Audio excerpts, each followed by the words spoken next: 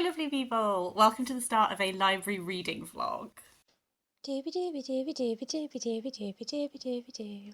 Dooby dooby dooby dooby dooby dooby dooby dooby Sophie Vlogs.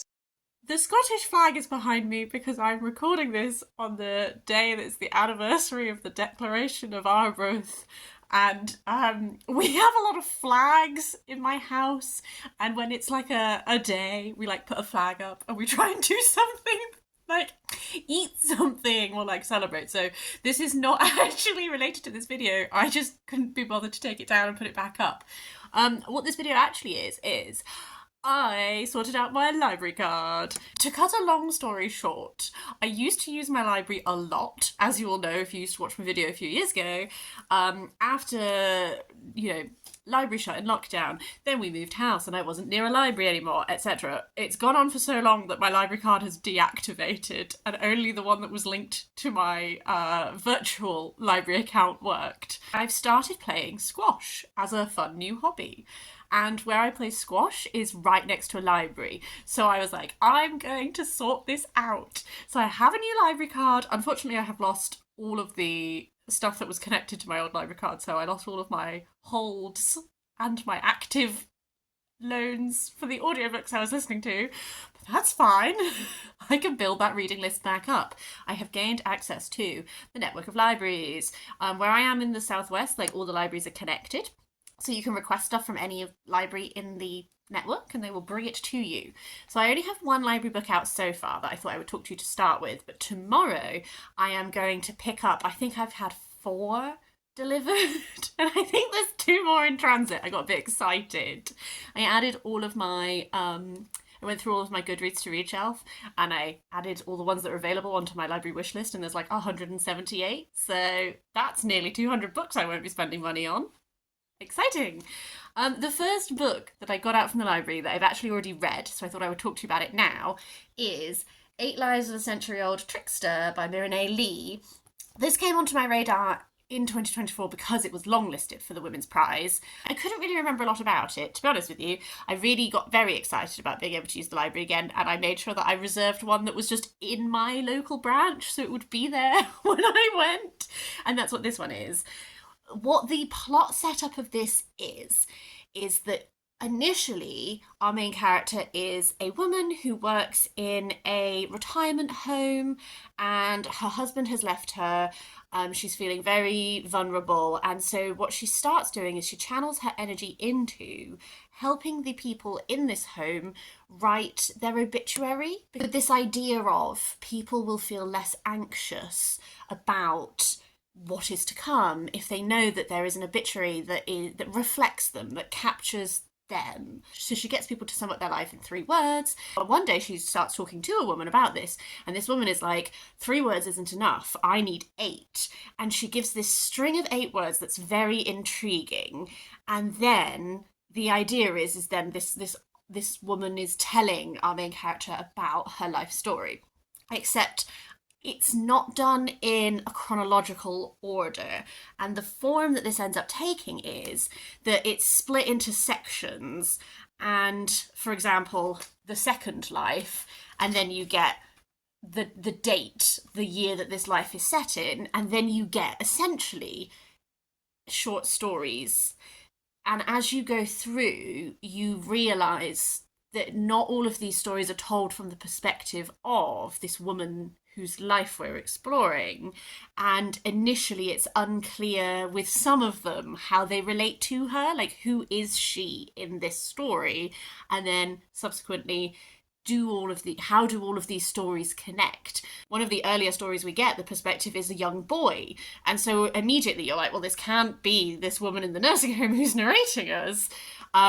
So it is an interesting experience as you go through and you get these different perspectives to then piece together, pick up the little clues on how they related. The style of the short stories does change depending on who is the narrator. Some of them have a bit of a different form to others, and sometimes the links between them are quite clear, and sometimes it takes quite a few stories to suddenly have little realization moments. I really enjoyed that process of sort of picking up on the hints, and then you sort of hit a point where it really becomes apparent what is happening. Exploring like a swathe of Korean history, the division between like North and South Korea, the Korean War. I would give a real trigger warning. This explores a lot comfort women, and I think I had forgotten that, so I wasn't 100% prepared. There's some of these perspectives are very harrowing. This does not shy away from the reality of how hard some of these moments in history were, and the brutality. And when it comes to the stories that are tackling things like comfort women and other things, like, it is actually really harrowing. So I would just give an actual caveat, because on the back it's just like, the adventures she recounts are so colourful and various, at times so unbelievable. And it's like colourful and adventurous, but also actually grappling with sexual violence, and a lot of stuff like that. So I at times did actually have to take a small break because it was very affecting. So I would just caveat that. But I've already said I enjoyed figuring out how the short stories interrelate to each other. I do think some of them I found more effective than others, for sure. But there is this element to this where I can tell some of these short stories she mentions in her afterword began life as short stories published in other publications, and then she sort of brought them together and then built this book. And I do sometimes felt like when I was reading it, some of them do feel quite distinct. I don't know, I couldn't always shake the fact that I felt like I was reading a bit of a short story collection rather necessarily than like a book. I had a perfectly fine time reading this. Something about it that I can't quite put my finger on just didn't like make it dazzle for me. I saw a lot of reviews on Goodreads that were like saying that at the start they were really confused and they didn't really know what was going on, but the end really made everything worth it for them. I don't feel like I had like a revelatory moment at the end. I think I figured out like how these were tying in at about the point that I feel like I was supposed to when different information is given to you. And I was like, oh, that's neat. Whereas it seems like a lot of people like really were like very dazzled by it. So I don't know, maybe I'm a little bit disappointed I didn't have such a reaction to it. I don't know. This, I would say, is the perfect example of utilising my library, because if I had bought this, I probably wouldn't keep this book. So I'm glad that I got it out of the library and I can just return it and then someone else can read it and everything is wonderful, rather than this isn't one that I feel the need to own. He really wants me to squitch her, but there's a fence in the way. I'm trying. I really hope you can hear how absolutely gorgeous all the birds are today. I've gone on a nice big stomperoo to make the most of the sunshine, listen to all the birds. I'm going down to like a little mill that's like a nature reserve as well. Oh, am I going to record myself going over the stile? I think I might. She's in the tree. I think most people use the gate, to be honest with you, but not Sophie. Not today.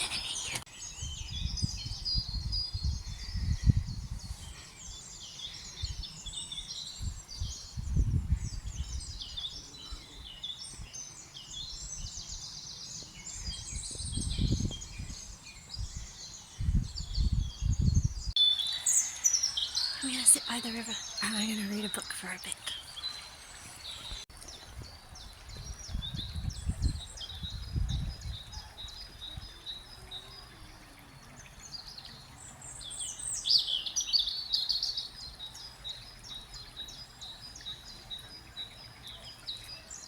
Hello lovely people, I have a little update of 2 more books that I have read for this. I hope you don't mind me not having the ring light on. It's quite early and I couldn't be bothered. The first one is Translated from the Night by Jean-Joseph I keep stumbling over his last name, Rabearivelo, which I've been wanting to read this one for a while. It became onto my radar because of Lane's. I will link Lane's YouTube channel down below, but she's actually deleted quite a lot of the videos from it, but she's a very active Goodreads reviewer, so I'll also link that down below. Lane's talks about books in such an interesting way. She really recommends, like, she reads things that I find really interesting, just like things I've never heard of, and this is one of them. I've been wanting to pick it up for a while for my Read the World project for Madagascar, but actually it's been quite hard to find like a copy that I can buy. So once again, the library comes through. This is, well, there's a debate about whether this was originally written in Malagasy and then translated by the author into French, or if it happened the other way around, I now gather. But this is a translation into English by Robert Ziller. It's individual poems. I sort of just read it as one big poem, to be honest with you, because it all like flows into itself very nicely.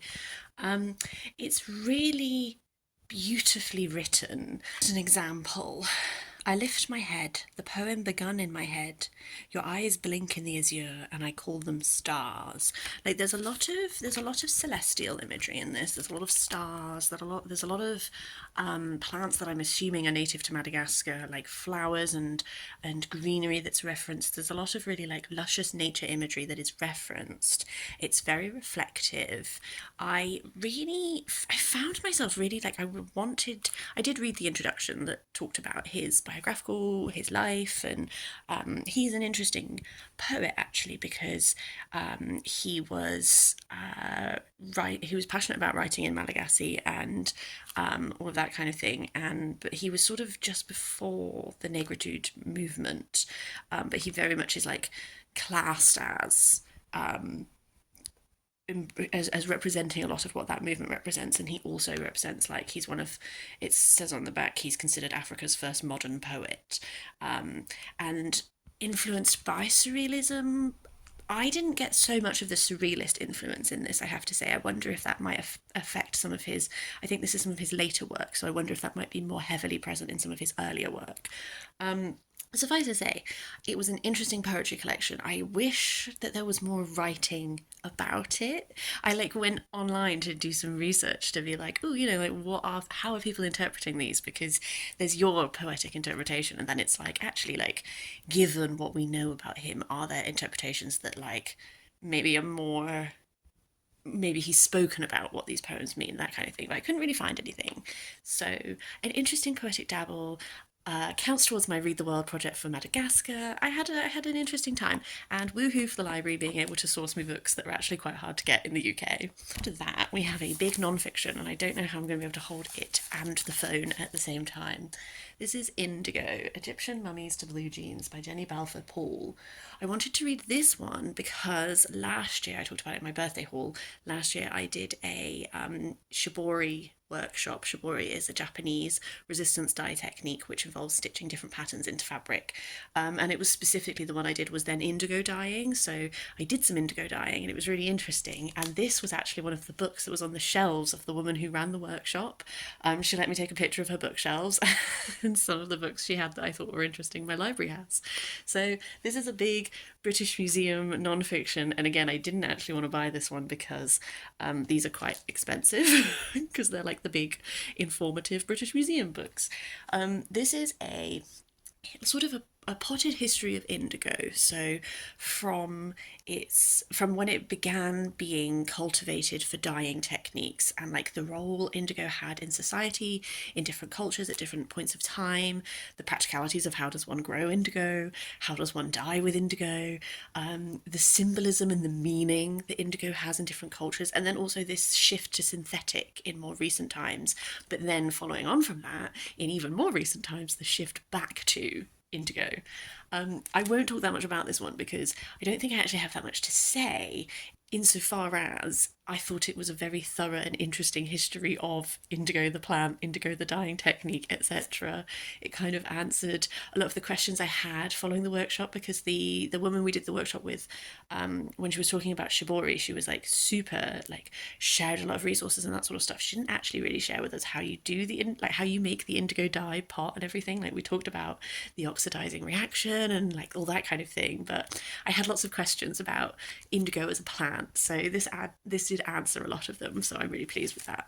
The book I have out from the library currently now is Wild Heart, Natalie, Clifford, Barney, and the Decadence of Literary Paris by Suzanne Rodriguez. This is actually something that I picked up because of Anna Marie over at Actual Spinster. Hello, I pick up so many books because of Anna Marie. Area that she is interested in, that she has done some reading on, and I have been greedily scooping up her recommendations because I sort of tangentially kept reading things that related to this time period. No Modernism Without Lesbians by Diana Suami, which I actually had some mixed feelings on, and Anne Marie did a good video on it that I will link down below. And then also The Passion According to Renee Vivian, which is a fiction book that is about a real poet from this time, Renee Vivian. So Natalie Clifford Barney, I mainly know that she's just famous for being a lesbian in the 1920s in La Belle Époque, to be honest with you. And she was covered in No Modernism Without Lesbians, but you know, it's always sometimes nice to read non-fiction biographies from a few different perspectives to like get everything. So that's what this is. So I am going to work my way through this. I do actually also have more books ready to pick up at the library because I got really excited. Just visiting Neville the emu, who is quite hard to get on camera. There's Neville.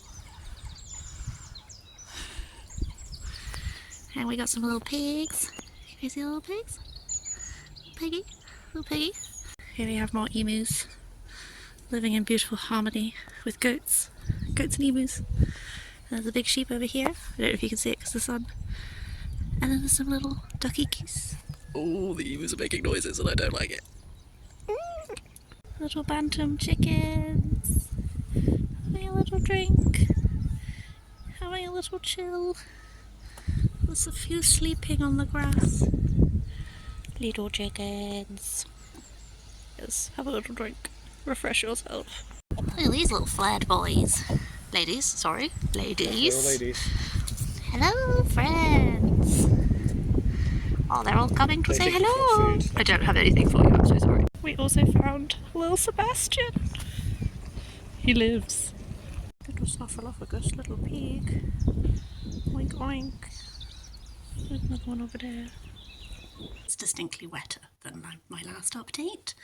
Today I am off to the rugby in Cardiff. We're going to go to Judgment Day, which is when all of the Welsh rugby teams play against each other. I have my Dragons hat at the ready. Obviously I support Bristol for English rugby, but Newport Dragons for Welsh rugby. It is not going well for us. But that's being a fan, isn't it? You support them when you're losing, not just when you're winning. I just have 2 books to update you on. I finished reading Wild Heart, Natalie Clifford Barney and the Decadence of Literary Paris by Suzanne Rodriguez. I really enjoyed this. In the end, this was a lovely biography to really sink into, and there's something about reading a biography of like an interesting person during an interesting time.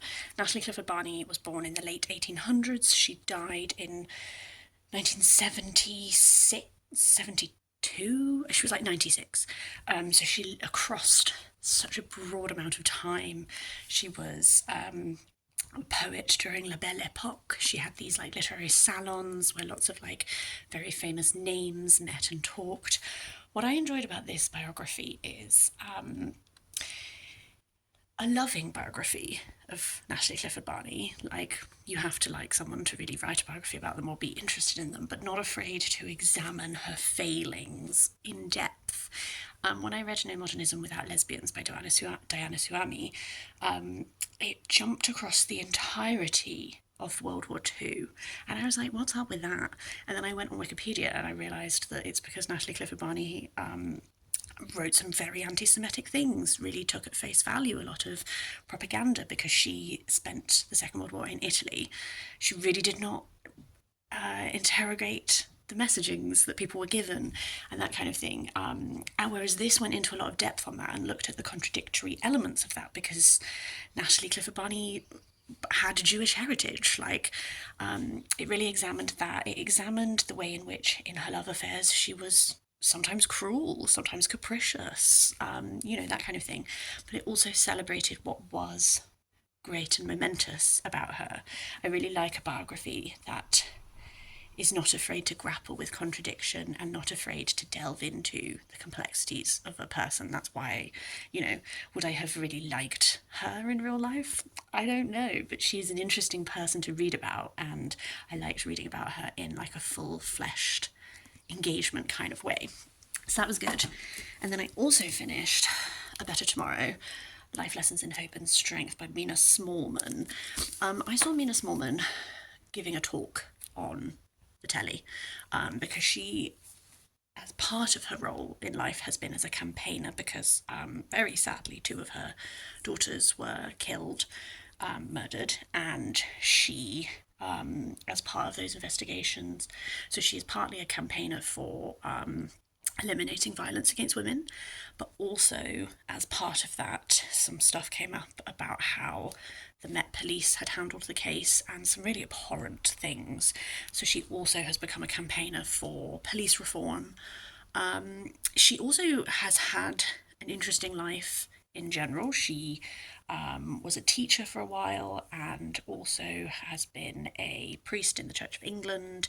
And just when I saw her on TV, she was extremely compelling in the way that she was talking about her campaigning work and that kind of thing. So I was interested to read more about her life.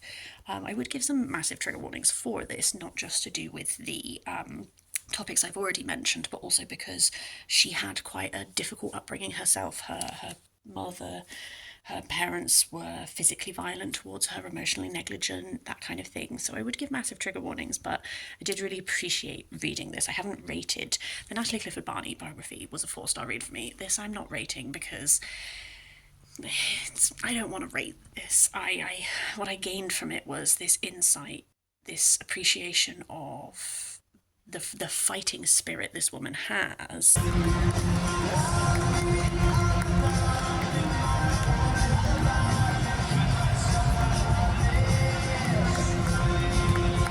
Hello, I'm sorry I was interrupted and then I had to leave to go to the rugby. So I just thought I would finish off what I was saying. I have returned the book to the library, so I'll just pop the little cover up here.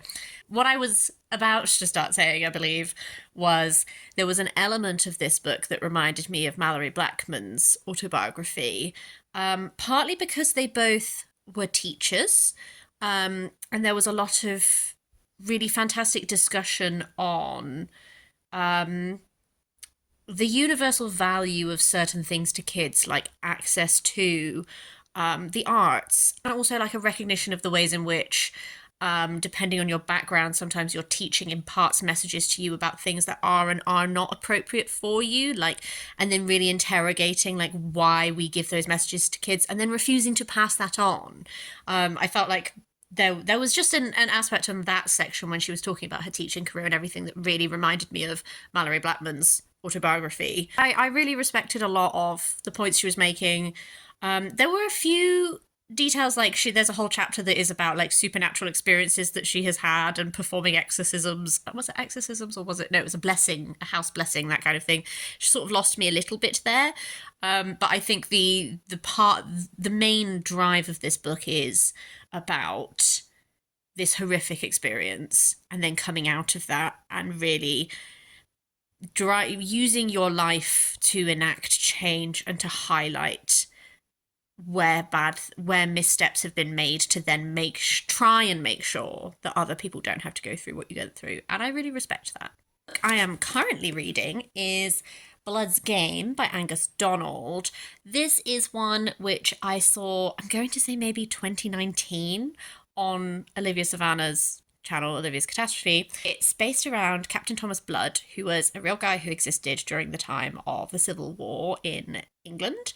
And essentially, I'm familiar with him because I know that he tried to steal the crown jewels from the Tower of London by bashing them with a hammer and sticking them down his clothes, and he very nearly got away with it, but he did not, and then was caught. But then he was pardoned by Charles II, and there's all of these theories about, well, why was he pardoned? Because like, man did try and steal your most precious jewels. So there's like one theory that it's like, was he actually an agent working for Charles II?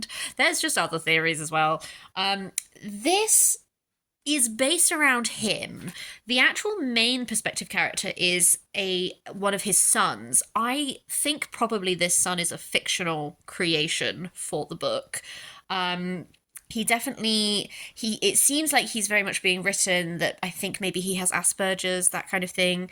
And so far I don't I think this is going to be telling the story of trying to steal the crown jewels. I think it's probably likely that there is going to be a method for the madness, if you will. Like, I think maybe it might end up his son in this has just been appointed to my Lord Buckingham as one of his pages, but he's revealed that he's very good at decoding secret messages. So I think maybe he's going to get involved in like spy activity, and perhaps this heist is going to be woven in as something to do with that. I don't know, but I'm intrigued, and the reviews of this are great on Goodreads, actually. So yeah, this is where I'm going to go next. I think maybe this video has gotten a little bit long, so I might wrap this up now, and then I can talk about this in my if I finish it in April, my April reading wrap up, because I am nearing the end of the month. So that, which may even get posted before this. So what have I been doing? I hope this has been in some way enjoyable. I didn't really plan out what books I was going to read for this. The whims of the library gods is what decided. So hopefully it's been an interesting mix. I'm loving using my library again. I have got very excited and I've requested a lot of stuff. Will I even be reading my own books? I don't know. But it's delightful and I love the library, and it's just such a blessing to us all, isn't it? So yes, I will round it off now. I hope you're having a really lovely day, and I'll see you next time for something different.